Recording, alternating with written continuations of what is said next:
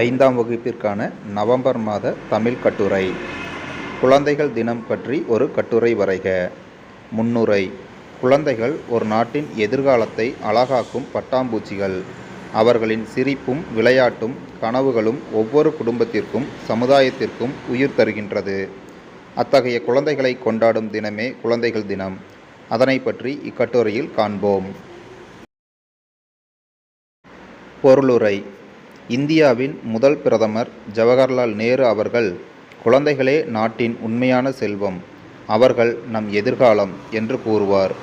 அவரது பிறந்த நாளான நவம்பர் 14ஐத்தான் நாம் குழந்தைகள் தினமாக கொண்டாடி வருகிறோம். குழந்தைகள் மீது பேரன்பு கொண்டவர் அவர். அதனால்தான் குழந்தைகள் அவரை நேரு மாமா என்று அன்புடன் அழைத்தனர். குழந்தைகள் தினம் என்பது அவர்கள் மகிழ்ந்து விளையாடும் நாள் மட்டுமல்ல, அவர்களின் உரிமை, பாதுகாப்பு, ஆரோக்கியம், கல்வி ஆகிய பற்றி நமக்கு நினைவூட்டும் நாள் ஆகும். குழந்தைகளை அன்புடன் நடத்த வேண்டும். அவர்களின் உணர்வுகளுக்கு மதிப்பளிக்க வேண்டும். ஒரு குழந்தையை நல்ல குடிமகனாக வளர்த்தெடுக்க குடும்பமும் பள்ளியும் உதவ வேண்டும்.